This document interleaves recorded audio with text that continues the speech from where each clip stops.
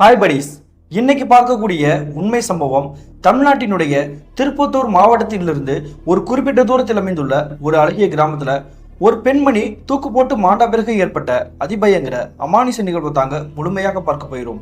இன்னைக்கு பார்க்கக்கூடிய இந்த வீடியோவும் கொஞ்சம் கூட த்ரில்லிங் மற்றும் அமானுஷம் குறையாமல் நீங்கள் அப்படியே எதிர்பார்க்கலாங்க. இதுவரைக்கும் நம்மளுடைய சேனலை சப்ஸ்கிரைப் பண்ணாம பார்த்துட்டு இருந்தீங்கன்னா சப்ஸ்கிரைப் பண்ணிட்டு பக்கத்தில் இருக்கக்கூடிய பெல் பட்டனையும் சேர்த்து கிளிக் பண்ணிக்கோங்க. நான் உங்கள் Afsar. Welcome to Afsar investigation.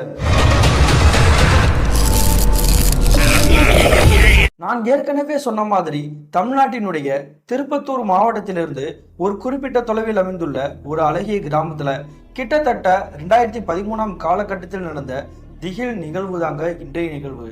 இந்த சம்பவத்தை நமக்கு மின்னஞ்சல் மூலியமாக ஷேர் பண்ணியது சரவண பெருமாள் அப்படிங்கிறவர் தாங்க. இது இவருக்கு நடச்சான்னு பார்த்தீங்கன்னா ஆமாங்க, இவருக்கும் இவருடைய குடும்பத்தினருக்கும் நடந்ததாங்க இந்த சம்பவம். அப்படி என்ன நடந்துச்சுன்னு பார்த்தீங்கன்னா கிட்டத்தட்ட 2013 காலகட்டத்தில் இந்த சரவண பெருமாள் தொழிற்கல்வியாக இருக்கக்கூடிய ஐடி கல்லூரியில் படித்து முடித்துட்டு அதே மாதிரி ஃபிட்டர் அவர் படித்திருக்கக்கூடிய குரூப்புக்கு ஏற்ற மாதிரியே ஒரு பிரைவேட் கம்பெனியில் தாங்க வேலை பார்த்துட்டு இருக்கிறாரு. இவருடைய குடும்பத்தை பற்றி சொல்லணும்னா அப்பா அம்மா இந்த சரவண பெருமாள், இவருக்கு ஒரு தம்பி இருந்திருக்காருங்க. அவருடைய பேர் வேதா. அந்த வேதாவை பொறுத்த வரைக்கும் காலேஜில் ஜாயின் பண்ணி கிட்டத்தட்ட 1 இயர் தாங்க கடந்திருக்கும். அந்த சமயத்தில் தாங்க இவங்க இருக்கக்கூடிய கிராமத்தில் இருக்கக்கூடிய வீடு இருக்கு இல்லையா, அந்த வீட்டில இருந்து கிட்டத்தட்ட கொஞ்சம் தூரம் கடந்து தாங்க ஒரு பெண்மணி வாழ்ந்துட்டு இருக்காங்க. அந்த பெண்மணியோட பெயர் வந்து மகாலட்சுமிங்க. அந்த மகாலட்சுமியோட குடும்பத்தை பற்றி சொன்னா அவங்களுக்கு திருமணம் ஆகி கிட்டத்தட்ட ஒரு 15 வருடங்கள் கலந்துருச்சு. இவங்களும் இவங்களுடைய கணவர், இவங்களுக்கு ஒரு 10ஆம் வகுப்பு படிக்கக்கூடிய ஒரு பையன் இருக்காங்க. இவங்களுக்கும் இவங்களுடைய கணவருக்கும் ஒத்து போகாத காரணத்தினால தனிமையில தாங்க பிரிஞ்சு வாழ்ந்துட்டு இருக்காங்க. அந்த சமயத்துல அந்த 10ஆம் வகுப்பு படிக்கக்கூடிய அந்த பையன் வந்து நான் என்னுடைய அம்மா கூட தான் இருப்பேன் அப்படின்னு அடம் பிடிச்சதுனால இருவர் மட்டும் தாங்க ஒரு வீடை வாடகைக்கு எடுத்து குடியேறி அங்க வாழ்ந்துட்டு இருக்கிறாங்க. இன்னொரு விஷயம், இந்த பெண்மணி பற்றி குறிப்பிட்டு சொல்லணும் அப்படின்னா வந்து சுற்றி இருக்கக்கூடிய ஏரியா மக்கள் இருக்காங்க இல்லையா, அவங்க எல்லாத்தையுமே வந்து காசு வசூல் பண்ணி வாரத்துக்கு ஒரு முறை வந்துட்டு குலுக்குச்சீட்டு போடக்கூடிய வழக்கம் தாங்க. அதனால இங்கே இருக்கக்கூடிய மக்கள் வந்து நிறைய பேர் இந்த பெண்மணியை தெரியுங்க. ஏகப்பட்ட பேர் வந்து இந்த வாரச்சீட்டு முறையில் வந்து சேர்ந்துருக்கிறாங்க.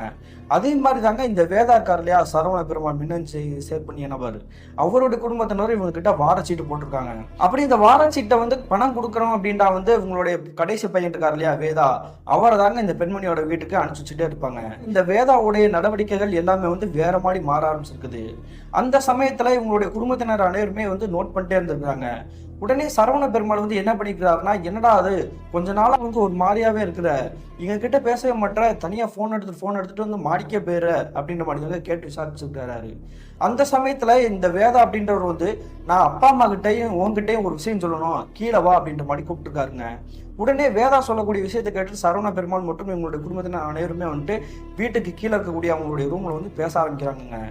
என்னாச்சு, என்ன சொல்ல போற அப்படின்ற மாதிரி கேட்கும் பொழுது இந்த பையன் வந்து என்ன சொல்லிக்கிறாருன்னா, நான் ஒரு பொண்ணை வந்து காதலிக்கிறேன், அந்த பொண்ணு என்னை வந்து விரும்புது, அதனால இருவருமே வந்து சேர்த்து வைங்க, எனக்கு வந்து கல்யாணம் பண்ணி வைங்க அப்படின்ற மாதிரி சொல்லியிருக்காருங்க. இதை கேட்டு உங்களுடைய குடும்பத்தினர் அனைவருமே வந்து ஆடி போயிட்டாங்க.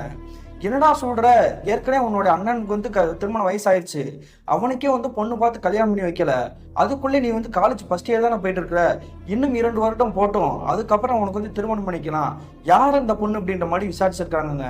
ஆரம்பத்துல அந்த பெண்மணி வந்து யாரு என்னன்றதை வந்து வேதா சொல்லவே இல்லைங்க. ஆனா கட்டாயமா எனக்கு வந்து இன்னும் 1 மாத காலகட்டத்துல வந்து திருமணம் பண்ணி வைங்க அப்படின்ற மாதிரி அடம் முடிச்சிருக்காரு. இதை கேட்டு உங்களோட குடும்பத்தினரே வந்து குழம்பி போயிட்டாங்க.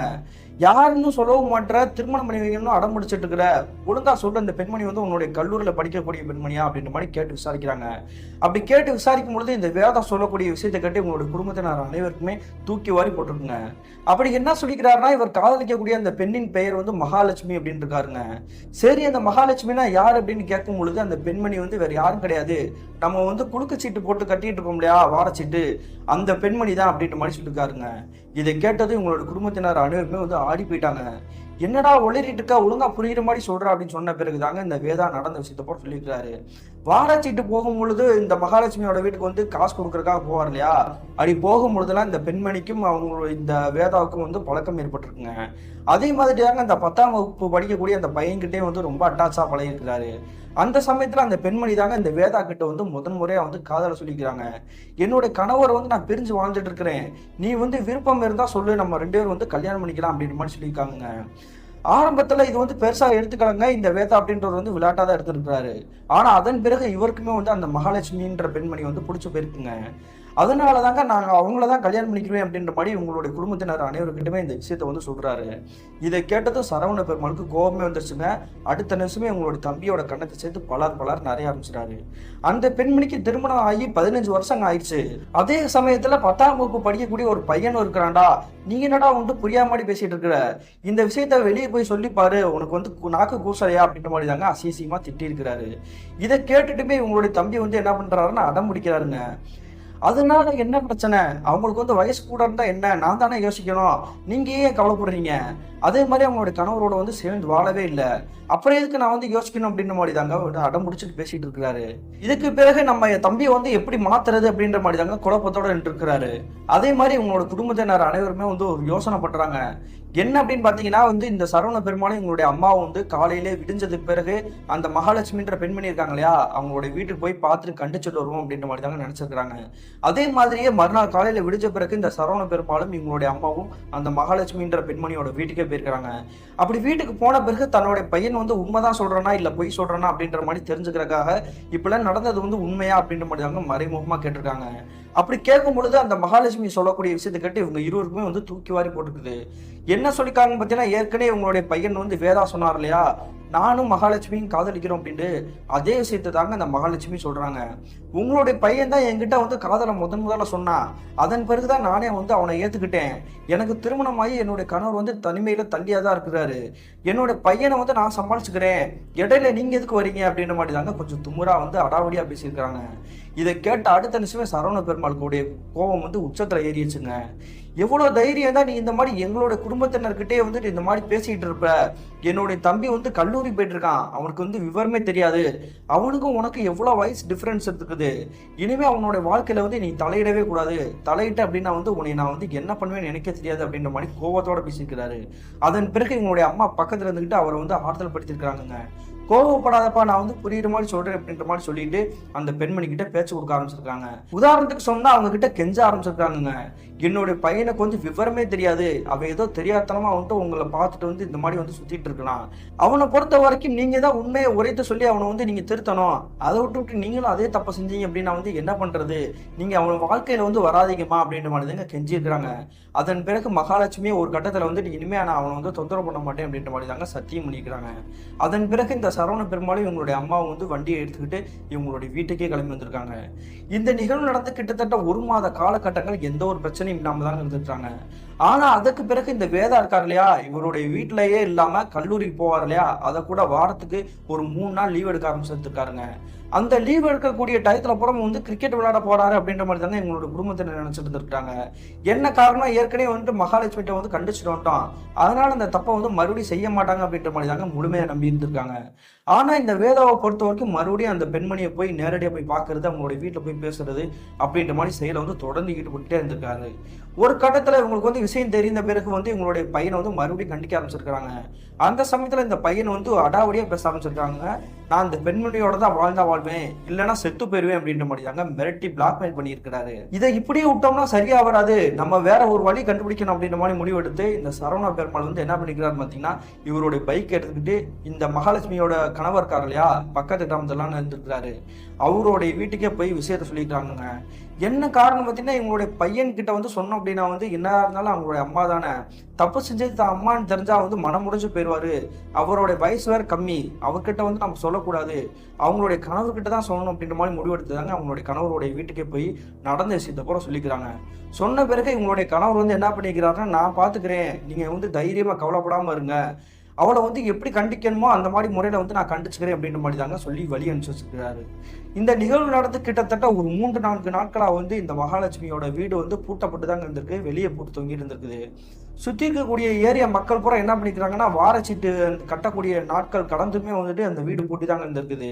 ஒருவேளை பணத்தை வந்து சுருட்டிக்கிட்டு இந்த பெண்மணியே அவங்களுடைய பையனை வந்து ஓடி போயிட்டாங்களா அப்படின்ற மாதிரி தாங்க நினைச்சிருக்காங்க. இதுக்கும் ஒரு காரணம் இருந்திருக்குங்க. அது என்ன காரணம் பார்த்தீங்கன்னா, இவங்களுடைய 10ஆம் வகுப்பு படிக்கக்கூடிய அந்த பையன் இருக்காரு இல்லையா, அவருமே ஒரு 4-5 நாளா இவங்களுடைய வீட்டுக்கு வரவே இல்லை. அதனால தாங்க இருவருமே வந்துட்டு காசு எடுத்துட்டு ஓடி போயிட்டாங்க அப்படின்ற மாதிரி தாங்க தப்பு கணக்கு போட்டுருக்காங்க. ஆனா இங்க நடந்த விஷயங்கள் வந்து அனைவருக்குமே தூக்கி வாரி போடக்கூடிய நிகழ்வு அப்படின்றது வந்து யாருக்குமே தெரிஞ்சிருக்காது. என்ன நடந்திருக்கு பார்த்தீங்கன்னா, கிட்டத்தட்ட ஒரு 5 நாட்களுக்கு பிறகு அந்த வீட்டில் வந்து துர்நாற்றம் வீசக்கூடிய ஒரு வாடை வருதுங்க. அப்படி கெட்ட வாடை வந்து அடுத்த நிமிஷமே குடிக்கக்கூடிய பக்கத்துல இருக்கக்கூடிய நபர்கள் எல்லாருமே அந்த வீட்டுக்கிட்ட நெருங்கி போறாங்க. நெருங்கி போன பிறகு இந்த வீட்டுக்குள்ள தான் வாடை வருது அப்படின்ற மாதிரி தாங்க அந்த பூட்டை போட்டு உடைச்சிருக்காங்க. உடைச்ச அடுத்த நிமிஷமே அனைவருமே வந்து உள்ளுக்குள்ள போய் எட்டி பாக்குறாங்க. பார்த்த அனைவருக்குமே வந்து பேரெதிர்ச்சி. என்ன நடந்திருக்குன்னு பாத்தீங்கன்னா, இந்த மகாலட்சுமி அப்படின்ற பெண்மணி இருக்காங்க இல்லையா, அவங்க வந்து தூக்கு போட்டு இறந்து போய் கிடந்திருக்காங்க. இதை பார்த்த பிறகு இவங்க எல்லாருமே ஆடி போயிட்டாங்க. அதன் பிறகு தாங்க இவங்களுடைய கணவருக்கே ஃபோன் பண்ணி விஷயத்த சொல்லியிருக்காங்க. சொன்ன பிறகு கிட்டத்தட்ட ஒரு அரை மணி நேரத்தில் அவரும் இவங்களுடைய 10ஆம் வகுப்பு படிக்கக்கூடிய அந்த பையனும் வந்து இந்த துக்கம் நடந்த வீட்டுக்கே வந்திருக்காங்க. அதன் பிறகு காவல்துறை வழக்கு பதிவு பண்ணி அந்த சடங்கை எல்லாமே வந்து செஞ்சு முடிக்கணும், இறுதி சடங்கு அது எல்லாமே நடத்தி முடிச்சுக்கிறாங்க. இந்த நிகழ்வு நடந்து கிட்டத்தட்ட ஒரு 3 நாட்களுக்கு பிறகு இந்த சரவண பெருமாளுக்கு வந்து குழப்பத்தோட தாங்க இருந்துருக்காரு. நம்ம வந்து அவங்களுடைய கணவர்கிட்ட வந்து நம்ம சத்தம் போட தானே சொன்னோம், ஆனா அந்த பெண்மணி வந்து வீட்டையே தூக்கு போட்டு தொங்கியிருக்கிறாங்களே, இதை வந்து நம்ம உறுதிப்படுத்திக்கணும் அப்படின்ற மாதிரி முடிவெடுத்து சரவண பெருமாள் என்ன பண்ணியிருக்காருன்னா, அவரோட பைக் எடுத்துக்கிட்டு அவங்களுடைய கணவர் இருக்கார் இல்லையா பக்கத்து கிராமத்துல, அவங்களுடைய வீட்டுக்கே மறுபடியும் போயிருக்காருங்க. அப்படி போகும்பொழுது அந்த 10ஆம் வகுப்பு படிக்கக்கூடிய அந்த பையனும் தாங்க இருந்திருக்கிறாரு. என்ன நடந்துச்சு, ஏன் இந்த பெண்மணி வந்து இப்படி இந்த மாதிரி தூக்கு போட்டு இறந்தாங்க அப்படின்னு கேட்கும்போது தாங்க நடந்த விஷயத்தை பூரா சொல்ல ஆரம்பிச்சிருக்காருங்க இந்த மகாலட்சுமியோட கணவர். அப்படி என்ன நடந்திருக்குன்னு பார்த்தீங்கன்னா, சில நாட்களுக்கு முன்னாடி வந்துட்டு இவர் வந்து கண்டிச்சு போனார் இல்லையா, என்னுடைய தம்பியை வந்து கெடுக்கிறாங்க உங்களுடைய மனைவி அப்படின்ட்டு. அந்த சமயத்தில் உங்களுடைய கணவர் வந்து என்ன பண்ணிக்கிறாருன்னா, இவங்களுடைய 10ஆம் வகுப்பு படிக்கக்கூடிய பையனை வந்து கூப்பிட்டு எல்லா விஷயத்தையுமே நடந்தது அப்படியே ஒவ்வொன்றா சொல்ல ஆரம்பிச்சிருக்கிறாங்க. இதை கேட்டுட்டு இவங்களுடைய 10ஆம் வகுப்பு படிக்கக்கூடிய அந்த பையன் வந்து ஆடி போயிட்டாரு. தன்னுடைய அம்மாவே இந்த மாதிரி ஒரு தகாத ஒரு உறவுல வந்து ஈடுபட பார்த்துருக்காங்களே, இவங்களை வந்து நம்ம என்ன பண்றது அப்படின்ற மாதிரி கோவத்தோட அவங்களுடைய வீட்டுக்கே போயிருக்காருங்க. அப்படி வீட்டுக்கு போன பிறகு இவங்களுடைய அம்மா வந்து வாப்பா அப்படின்ற மாதிரி தாங்க எப்பயும் கூட பேசியிருக்காங்க. எல்லா தப்பையும் பண்ணிட்டு எதுவுமே தெரியாத மாதிரி எப்படி நடிச்சிட்டு இருக்க அப்படின்ற மாதிரி கேட்கறது மட்டும் இல்லாம, என்னோட வயசுல வந்து கொஞ்சம் தான் அவருக்கு வந்து டிஃபரன்ஸ் இருக்குது, அவருமே உனக்கு வந்து பையன் மாதிரி தான், அந்த அன்னை கூட போய் உனக்கு எப்படி இல்லீகல் அஃபேர்ல இருக்க போச்சு அப்படின்ற மாதிரி தாங்க தப்பா பேசி அசிங்கப்படுத்திருக்கிறாரு. நீ எங்களோட குடும்பத்தோட கௌரவத்தை வாங்கிட்ட, உன்னை நம்பிதானே உன் கூடயே தானே இத்தனை வருஷமா நான் வந்து உன்னுடைய பக்கத்திலே இருந்தானே வாழ்ந்துட்டு இருந்தேன், ஆனா இப்பதான் என்னுடைய அப்பாவோடைய இதே தெரியுது, அதே மாதிரி உன்னுடைய சுயரூபமும் தெரியுது, நீ இந்த வீட்டை விட்டு இனிமே வெளியவே வரக்கூடாது, வீட்டுக்குள்ளே கடை, நான் திரும்பி வர வரை உனக்கு சாப்பாடு தண்ணி எதுவுமே கிடையாது அப்படின்ற மாதிரி தாங்க வீட்டை பூட்டு போட்டுட்டு வந்திருக்கிறாரு. இவர் வந்து கிட்டத்தட்ட ஒரு 4-5 நாள் வந்து திரும்ப அந்த வீட்டுக்கு போய் பார்க்கவே இல்லைங்க. அந்த சமயத்துல இந்த பெண்மணி வந்துட்டு தன்னுடைய பையனே வந்து இந்த மாதிரி வந்து பேசிட்டானே, நம்ம என்ன பண்ண போறோம் அப்படின்ற மாதிரி தாங்க நினைச்சு அழுதுட்டே இருந்திருக்காங்க. ஒரு கட்டத்துல இனிமே நம்ம உயிரோடய வாழக்கூடாது அப்படின்ற மாதிரி முடிவெடுத்து தாங்க விட்டத்துல தூக்கு போட்டு தொங்கி இறந்து போயிருந்திருக்காங்க. இப்படி நடந்த விஷயத்த போற இவங்களுடைய கணவரே வந்து இந்த சரவண பெருமாள் கிட்ட சொல்லி முடிச்சிருக்கிறாரு. அந்த சமயத்துல இந்த சரவண பெருமாள் வந்து என்ன கேள்வி கேட்கிறாருன்னு பாத்தீங்கன்னா, ஏற்கனவே உங்களுடைய பையனுக்கு வந்து எந்த விஷயம் தெரியக்கூடாதுன்றக்காக தான் நான் உங்ககிட்ட வந்துட்டு மறைமுகமா சொன்னேன், ஆனா எல்லா விஷயத்தையுமே வந்து உங்களுடைய பையன்கிட்டே வந்து சொல்ற மாதிரி சொல்லிட்டீங்களே, இதனால தானே இப்பேற்பட்ட ஒரு நிகழ்வு நடந்திருக்குது அப்படின்ற மாதிரி தாங்க வருத்தத்தோட கேட்டுக்கிறாரு. அந்த சமயத்துல அவங்களுடைய கணவர் வந்து வேற வழி இல்லப்பா, அவனோட பையனுக்கு வந்து தெரியணும் இல்லையா, நீ ஒன்றும் நினைக்காத, நீ பத்திரமா வந்து வீட்டுக்கு போயிடுவா அப்படின்ற மாதிரி தாங்க வழி அனுப்பிச்சு வச்சிருக்கிறாரு.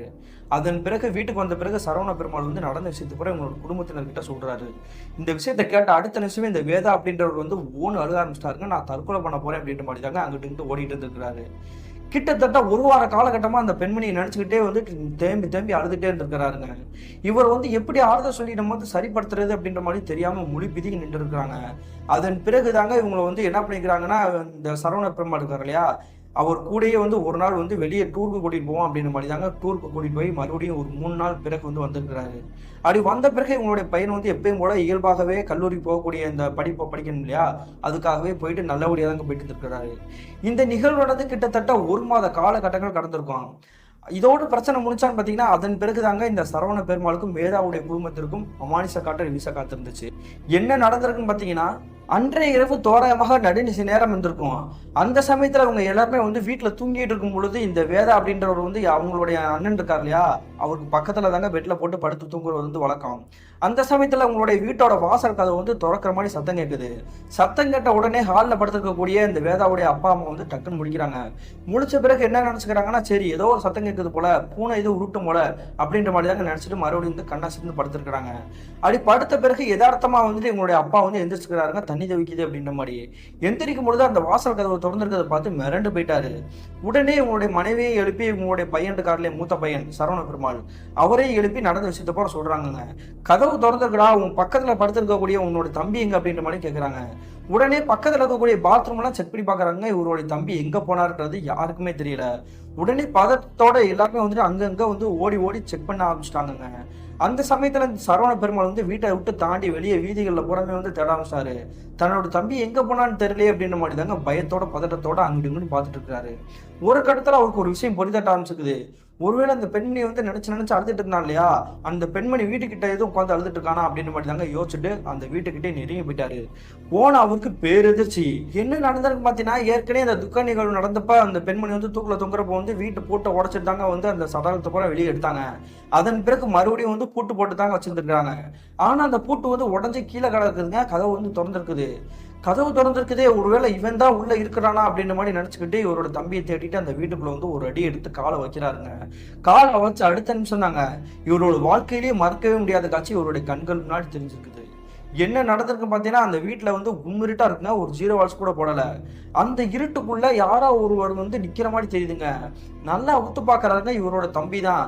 ஏதோ அண்ணாந்து இப்படி பார்த்துட்டு இருக்கிற மாதிரி வந்து விகாரம் பண்ணிட்டு இருக்கிறாரு.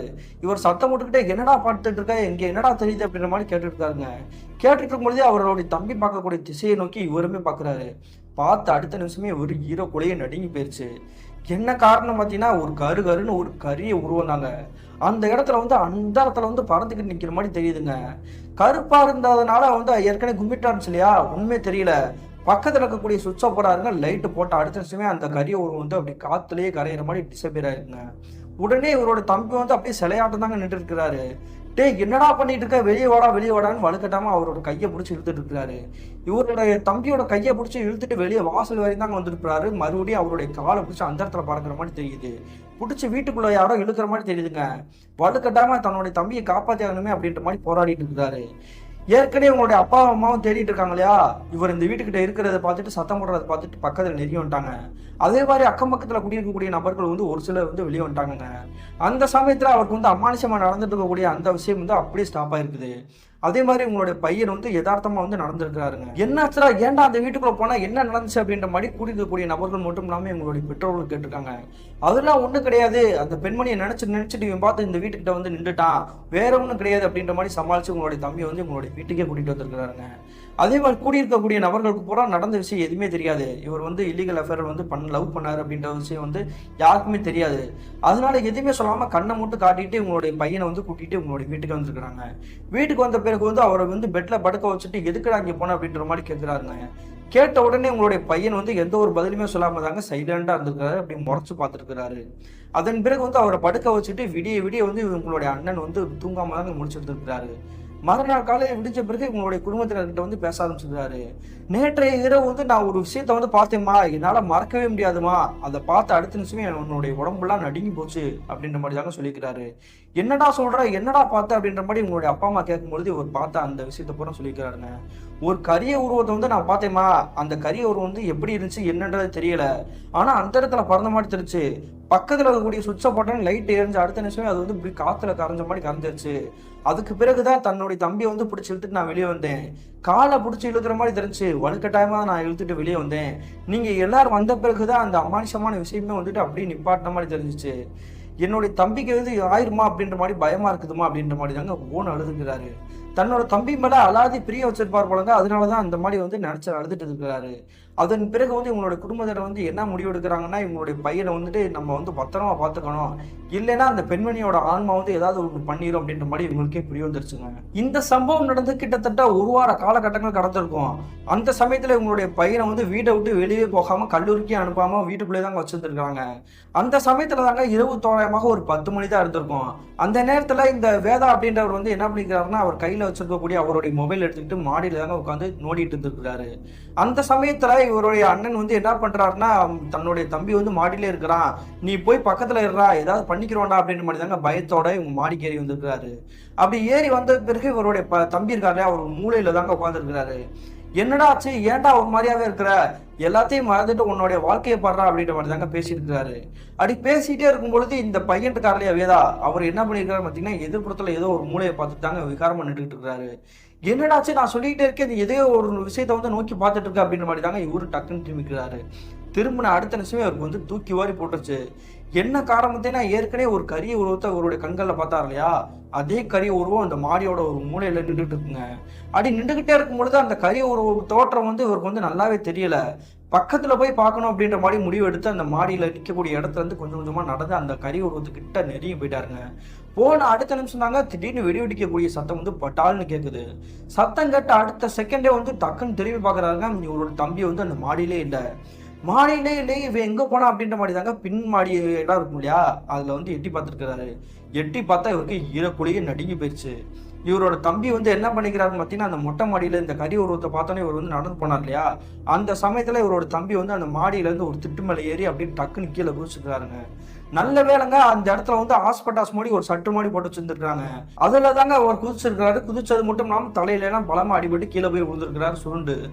உடனே கீழே இறங்கி போய் உங்களுடைய அப்பா அம்மா கிட்ட சொல்லிட்டு பின்னாடி கதவை திறந்துட்டு உங்களுடைய தம்பியை போய் பார்த்துருக்காங்க. அந்த சமயத்தில் உங்களுடைய தம்பியோட தலையில அடிபட்டு ரத்தம் வந்திருக்கிறது மட்டும் இல்லாமல் அவர் வந்து மயக்கமான நிலைமையில இருந்திருக்கிறாரு. உடனே அவசர அவசரமா தூக்கிட்டு போயிட்டு பக்கத்துல இருக்கக்கூடிய ஒரு மருத்துவமனையில வந்து சேர்த்துருக்காங்க. அப்படி மருத்துவமனையில் சேர்த்து கிட்டத்தட்ட ஒரு 2 மணி நேரம் கழித்து தாங்க இவங்களுடைய தம்பி வந்து பேசவே ஆரம்பிக்கிறாரு. என்னடா ஆச்சு, ஏன்டா மாடியில இருந்து குதிச்சா அப்படின்னு கேட்கும்பொழுது உங்களுடைய தம்பி சொல்லக்கூடிய விஷயத்தை கேட்டு இந்த சரவண பெருமாள் மட்டும் இல்லாமல் எங்களுடைய அப்பா அம்மாவுக்கு ஈரக்குழி நடுங்கி போயிடுச்சு. அப்படி என்ன சொல்லியிருக்காங்கன்னு பார்த்தீங்கன்னா, என்ன அந்த பெண்மணி வந்து கூப்பிட்டுட்டே இருக்காங்க, அவங்க இல்லாமல் என்னால் வாழ முடியாது, அதே மாதிரி தான் நான் இல்லாமல் அந்த பெண்மணியால வாழ முடியாது, அந்த பெண்மணி தான் வந்துட்டு மாடியிலேருந்து குதி அப்படின்னு சொன்னா, அதனால தான் நான் மாடியிலேருந்து குதிச்சு செத்து போயிட்டேன் அப்படின்னா வந்து அவங்க கூட சேர்ந்துருவேல அப்படின்ற மாதிரி தாங்க பித்து பிடிச்ச மாதிரி பேசிட்டு இருந்திருக்கிறாரு. இந்த நிகழ்வுக்கு பிறகு தாங்க இந்த பிரச்சனையோட சீரியஸ்னஸ் உங்களுடைய குடும்பத்தினர் அனைவருக்கும் போய் வந்திருக்குது. அதே மாதிரி கிட்டத்தட்ட ஒரு 2 நாட்கள் வந்து அந்த மருத்துவமனையில வச்சுட்டு டிஸ்சார்ஜ் பண்ணிட்டு உங்களுடைய வீட்டுக்கே கூட்டிட்டு வந்திருக்காங்க. அப்படி வீட்டுக்கு கூட்டிட்டு வந்த பிறகு ஒரு ஜோதிடரை போய் பார்க்கலாம் அப்படின்ற மாதிரி முடிவெடுத்து இவங்களுடைய கிராமத்துல இருந்து அடுத்த கிராமத்தில் இருக்கக்கூடிய ஒரு ஜோதிடர் போய் பார்க்குறாங்க. அப்படி இந்த ஜோதிடர் போய் பார்த்த பிறகு வந்து அந்த ஜோதிடர் வந்து என்ன சொல்றாருன்னா, அந்த பெண்மணி இறந்த நேரம் வந்து சரியான நேரம் கிடையாது, அதே மாதிரி அந்த ஆன்மா வந்து உங்களுடைய பையனை வந்து டார்கெட் பண்ணிடுச்சு, உங்களுடைய பையனை வந்து எப்படி கூட்டிட்டு போகாம விடாது அப்படி சொல்லியிருக்கிறாரு.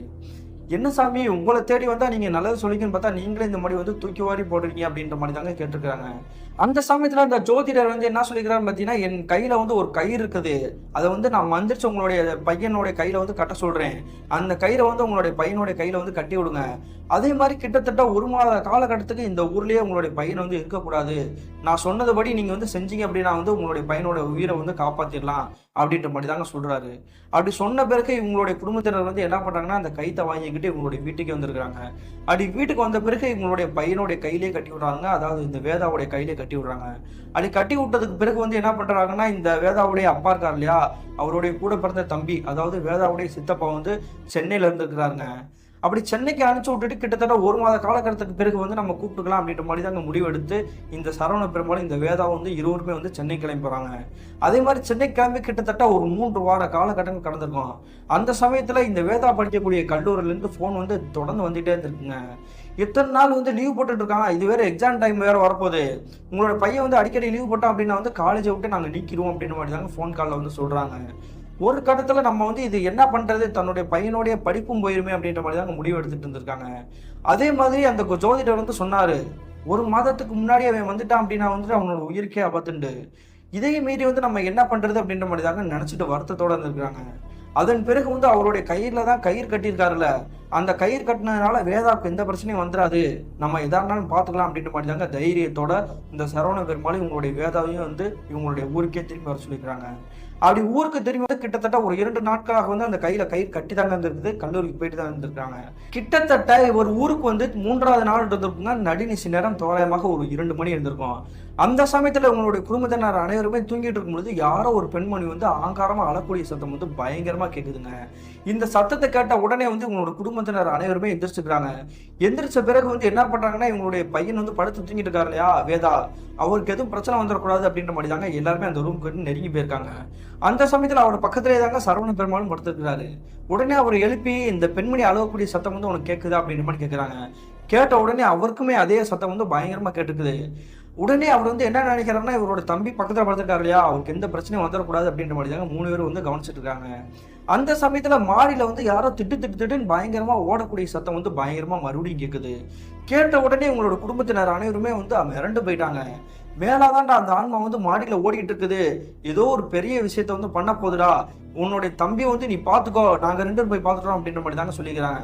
ஆனா இருவருமே வந்து மாடிக்கு ஏறக்கூடிய விஷயத்த வந்து தொடர்ந்து வந்து பண்ணலாமா அப்படின்ற மாதிரி பயத்தோட பதட்டத்தோட தாங்க மெல்ல மெல்ல ஏறிட்டு இருக்காங்க.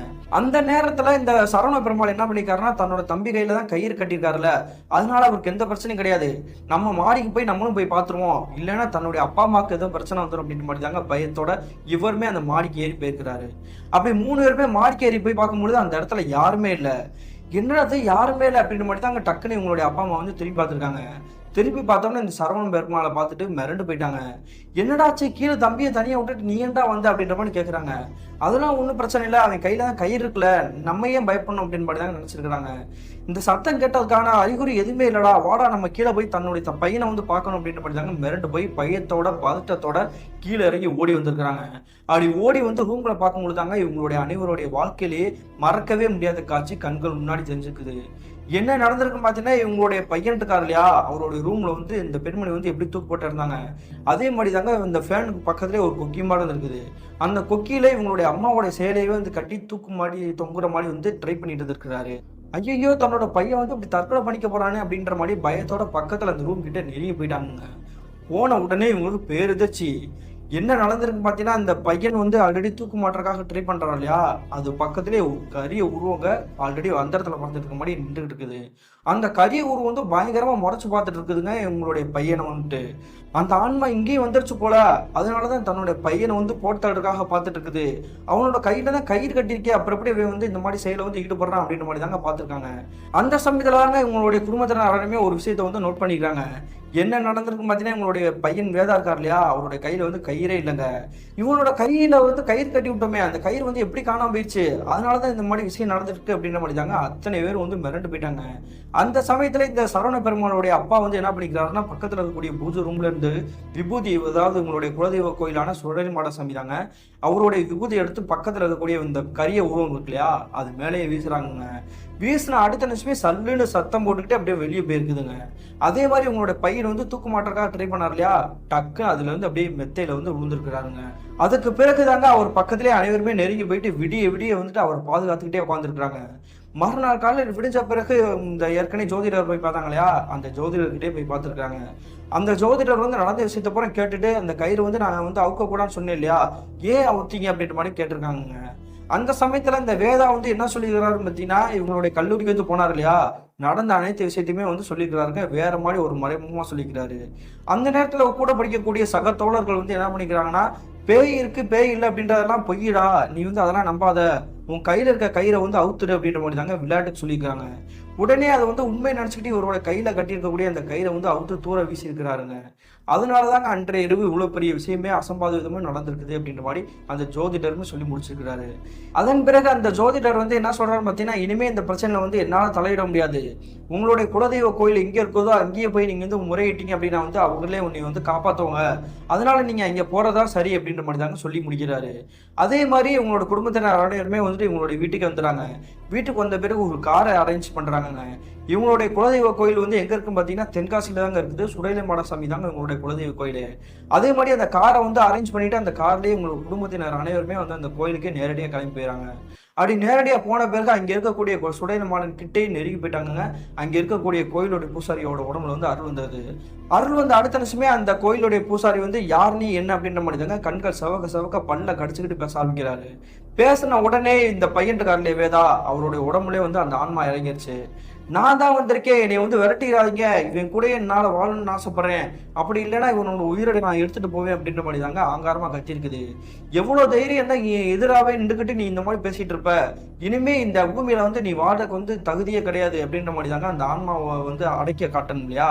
அதனால என்ன பண்ணிக்கிறாருன்னா, அந்த அருள் அந்த கோயிலுடைய பூசாரி அந்த பையன் இருக்காரு வேதா, அவருடைய தலையிலேயே வந்து கை வச்சிருக்காருங்க. கை வச்ச அடுத்த நிமிஷமே ஏதோ ஒரு மின்னல் வெட்டுற மாதிரி வந்து பயங்கரமா துடிச்சு போயிட்டாருங்க இந்த வேதா அப்படின்றவரு. அதன் பிறகு வந்து கிட்டத்தட்ட ஒரு 5 நிமிஷத்துலேயே அவர் வந்து மயக்கம் போட்டு விழுந்திருக்கிறாரு.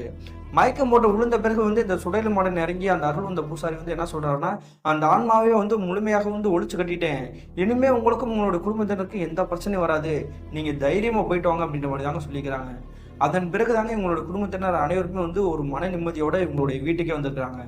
வீட்டுக்கு வந்த பிறகு அந்த ஆன்மாவாலேயே எந்த ஒரு அமானுஷ பாதிப்பும் இல்லாமல் நிம்மதியாக தாங்க வாழ்ந்துட்டு இருக்காங்க. கிட்டத்தட்ட 2013 காலகட்டத்தில் என்னுடைய தம்பி தப்பான ஒரு வழியில போனது பிறகு எங்களுடைய குடும்பத்தினருக்கு அனைவருக்குமே ஏற்பட்ட ஒரு திகழ் நிகழ்வு தான் பிரதர். இந்த சம்பவத்தை வந்து உங்களுக்கு மின்னஞ்சலாக ஷேர் பண்ணியிருக்கேன் அப்படின்ற மாதிரி சொல்லி முடிச்சிருக்கிறாருங்க. இந்த சம்பவத்தை ஷேர் பண்ணிய சரவண பெருமாளுக்கு ஒரு நன்றி சொல்லிக்கிறாங்க. மீண்டும் இது போன்ற தரமான திரளான சுவாரஸ்யமான நிகழ்வுடன் உங்களை சந்திக்கும் வரை நான் உங்கள் அப்சர்.